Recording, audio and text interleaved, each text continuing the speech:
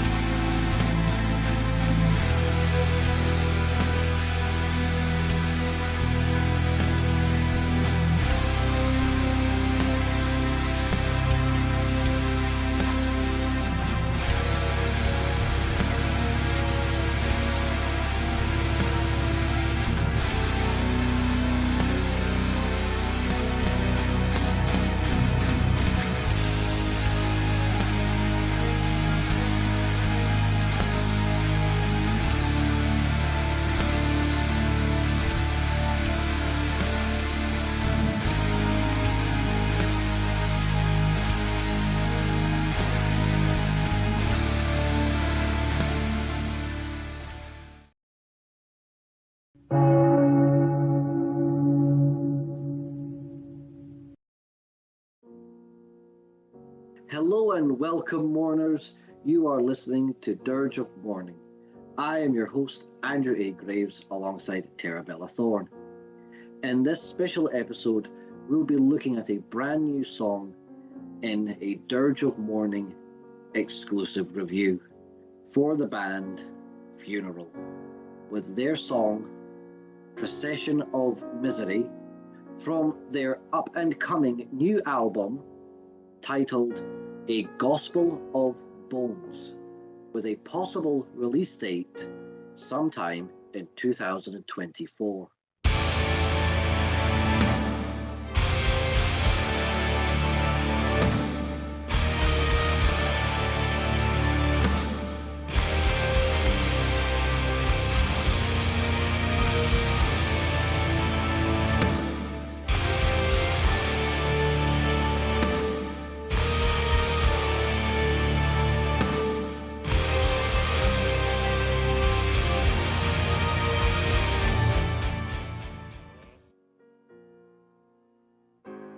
God damn, that was awesome. So listeners, you just heard a 30-second clip there, and I would love to know your thoughts on it, but The song is amazing. I'm just going to chime in with you and let our listeners know the song outdoes itself. I am lost for words to describe just the pure funeral doom that I have just witnessed. Well, there's an epicness to this because I have not heard it quite like this. So, I have a lot to say, but I'm sure you do too. Before I get too heavily bogged down with all the technicalities and the phrasings of lyrics and stuff, I would like to just state that, yes, Funeral will be releasing a new album sometime in 2024. Hopefully, the single will be the small snippet you guys have heard in the up-and-coming future. Personally, I hope it doesn't take too long for this release, as I wish to bestow upon you the awesomeness that is Funeral. But as it stands right now, the album is coming, and I am excited to be a part of this release in this form. And again, the song, straight off the bat, for me, I'm just going to go straight into scoring, and then I'm going to explain why. Okay, we'll go backwards this time. Start with the scoring, and then we'll talk backwards. I'm going to have to create a new rating system at this point, because it now gets an 11 out of 10. It's off the scale. Because there's stuff I want to say about this too, that just as a person who is hearing this for the very first time and understanding that this is a up and coming song that no one else has heard. So I'm like honored to be able to do that. And I have a lot to say, but I want to hear what you have to say first, and then I'll let you know what I have to say. Okay. So, right off the bat, perfect atmosphere just hits you.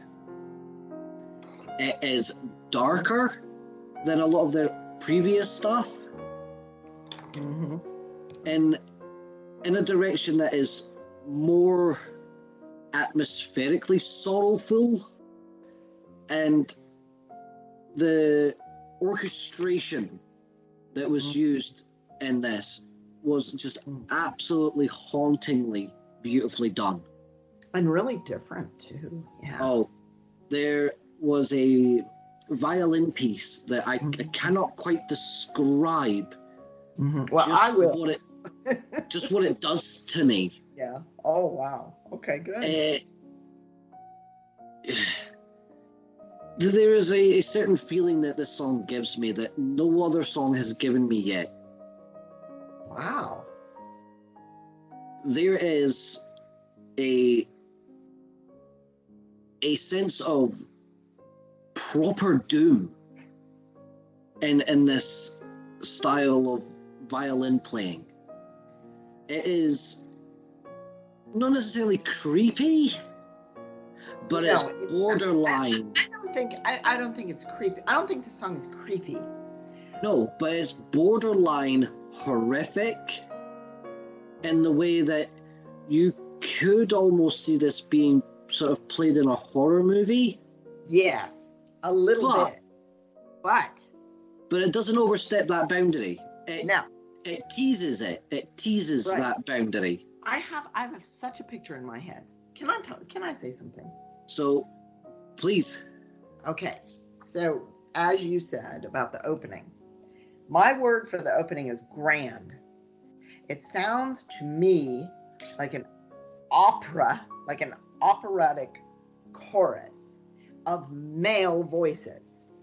And for some reason, I picture,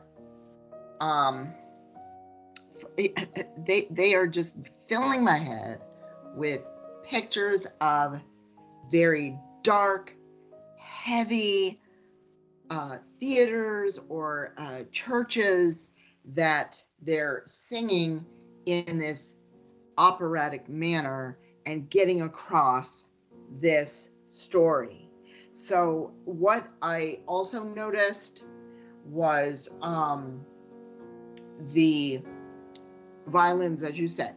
We have some regular violin, but then there's a part in there that we have what I'm going to describe as a sort of a folk sounding violin section, which brings up pictures of a heavy almost doomy environment, maybe in woods or something. For some reason, I'm thinking outside, and it's like doomy. Something has happened, and we've got these folk sounds going on. So it's, even though we have the operatic voices, and it's, to me, sounding very elevated. What I mean by that is, Funeral is taking their music a step higher. Yes. Okay, so they're pushing the boundaries in this genre. Oh, the thing that I'm going to say alongside that statement is simply, every other band has to now go on notice and start bringing out stuff that is next level. Yeah, this is epic. That was the word I used earlier, and I'm going to use it again. It's an epic sound. It's new. It's different. It's epic. I guess then the term should be not just the creators of FuneralDoom, but the creators of epic FuneralDoom. If they are pushing the boundary onto what is next in the genre of FuneralDoom, the answer is yes. There's nothing like this anywhere. No, there is not. They have done something with their sound that I don't think most bands in any genre can do.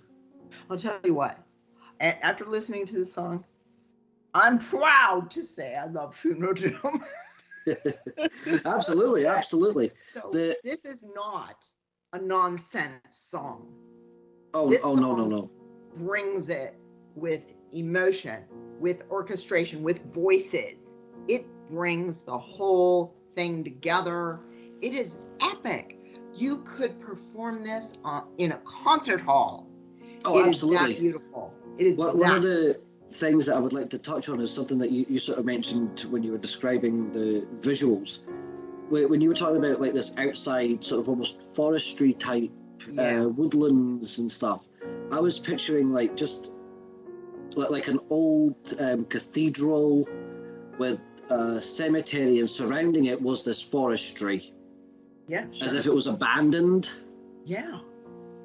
And the vocals almost sounded as if they were like the songs that were sung at the end of its run as a cathedral or what have you. Right.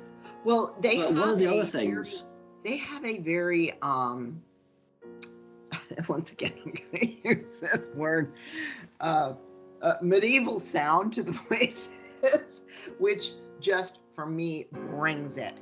And when I hear this kind of stuff, in my mind, I'm seeing like some of the old films I love that are in black and white, made about gothic crap that's going on, made about medieval horror crap. And it's like, this song elevates that. Oh yeah, it's even better than that. One of the other things that I appreciate as well is that the lyrics are a personal touch from the band. I was going over the lyrics several times before doing this review, and there is a genuine sense of true passion that went into this. The fact that they use both English and Norwegian to get across this deep-seated pain and sorrow that the band must feel when writing out these types of words. I always look at the synth structure that they use is extremely well put together. Like we said in our previous review, they do not miss a beat when it comes to putting these words into sentences to get across how they feel about a certain point or moment in time. And I think that's what is at the heart of this band. is making sure that each word that they put on paper is expressed to their most genuine ability without, going to that sort of realm that other people do, even myself included, where you use too much flowery language in certain places. Yeah. This is straight from the heart. This is real poetry in motion, and in that sense. And when you have it accompanied with these grand epics that they orchestrate and perform, this is why their music continues to elevate and probably even redefine the genre as it stands now. That's exactly what I'm getting at. That this is pushing the boundary. It's elevating, pushing the boundary. What else can we say? Redefining, changing. This is what art and music is under the umbrella sphere of art. Yes. Does. You don't want to just stay in the same groove, do the same thing, make the same sounds. You want to push the boundary and change and be a forerunner. And I think that is what's going on here. I think they are a forerunner. So we've got a fantastic band who pretty much started the genre, and now we have them pushing this boundary, which is fantastic, because who wants to go somewhere and listen to something or look at something, do whatever, that's the same as always? Right. They want something new and different. Right. And one of the great things about it is it does sound familiar, but there's that change in it that's enough of a change. You could recognize the sound of the band. Yeah. But again, it has pushed the envelope tenfold. Exactly. No, 1,000-fold even, to a place where you start with like their original concept with the traditional sort of idea of like medieval funeral feels, to where we are now, where it has come to a point where not only do they take that original element, but they have made it their own. They have not only reinvented that wheel, but it is also now a statement that there is no limit to these guys. They can now start looking at the future as something that is going to be a grand epic in and of itself. Yeah, with the type of music that they are bringing to the table. I mean, the world is in your hands because you got it. You know what you're doing. When I just want to say this, because this song makes me want to make a movie. You know what I mean? Like, yes. I want to make a movie. Yes. It does conjure up. You need to see an image to this. Yeah. I picture, for some reason, men in we're talking about a funeral procession. We're talking about a misery, mourning procession, a group of people mourning, a group of people. So for some reason, I picture, once again, the kind of medieval church, group of men singing, maybe mourning a dead soldier or soldiers or knights or something. Yeah, it's like so epic. It's like I could make an entire movie out of this song. I even picture like the actual act itself of Misery being portrayed by, like, each of like the different faces of these like hooded monks almost. Yeah. Who are like, for example, reading a funeral passage from the Bible or something. Yeah. And the whole congregation there are, in unison with that sorrow. Yes, and therein lie the voices, which are in unison and just fantastic. So even the vocalization on this song was just absolutely outstanding. Operatic. I actually wrote the word operatic because I don't usually use that word, but this song, I'm going to use absolutely. that word. There's no denying that the the vocalist has one hell of a vocal range. So emotional, deep. I like it. Nice. Yes. Deep. And you notice we didn't have death growl. No, that's one of the things that I have noticed. For the most part, the band doesn't really utilize the death growl simply due to the fact that I don't think that this band needs it. I don't think they do either, because with the deep voices that are in these songs, we don't maybe we don't need that guttural. I don't think so. I think it would. I think if you were to add the death growl into a song like this, it would almost cheapen the experience, I think.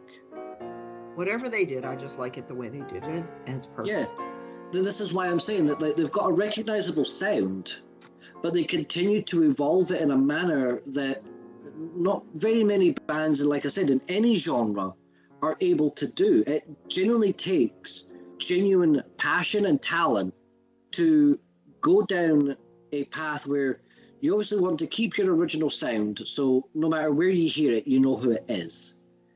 But to also evolve it in this manner, it is, like I said, it gets my highest praise. I understand that completely. I agree. There's no other way to honestly put it.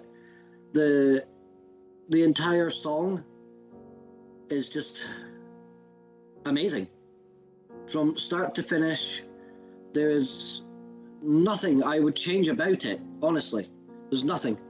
At least as far as I'm concerned at this point in time, I wouldn't change a damn thing about it. What I would want is to hear the rest of the album, of course. Which, by the way... Yes, eventually that will happen. So I guess we have to be a little patient for that.